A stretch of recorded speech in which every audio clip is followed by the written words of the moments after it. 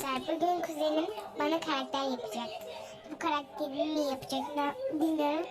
Ve şu an telefonu ona veriyorum. Şöyle. Ben gözünü düzelteceğim. Senin gözünü düzelteceğim. Nereden başlamıyorum o karakteri yapacağım. Buradan.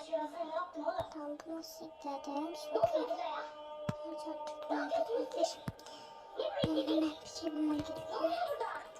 Biraz şu... Bu ne? Nasıl bir şey olmuş? Birinci bakamamış. Ama tabii. Arkadaşlar böyleyse bir şey olmaz.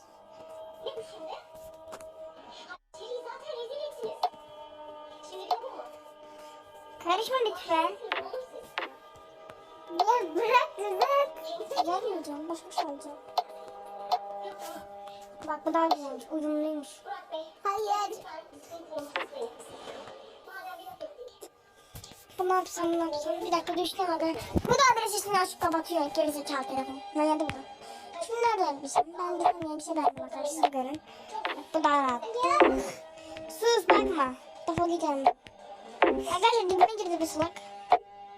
Ben senin gözünü gördüm. Bu gözlükten çıkartayım ama gözlük takmış. Nerede gözlük? Sus! Karış. 2 tane gözlük takmış arkadaşlar. Hadi. Çıkart. Sus Cengiz. Eldivenlerimi çıkartıyorum arkadaşlar. Hayır. Hayır. Susar mısın? Sen o gözlüğü güzel. Bakayım o gözlüğü güzel. Yoksa ben senin gözünü düzelteceğim. Görmeyeceğim zaten yani. Ayakkabısını çıkartıyorum arkadaşlar. Ayakkabı. Hayır. Susacaksın. Karşıda dönmeyeceksin. Nerede bunun ayakkabısı? Bir bu nerede? Beyaz ayakkabı nerede? Baba bakayım da. Ne? Ha. Bu ne? Güzel oldu bu fazla. Hayır. Dedim böyle olmalı.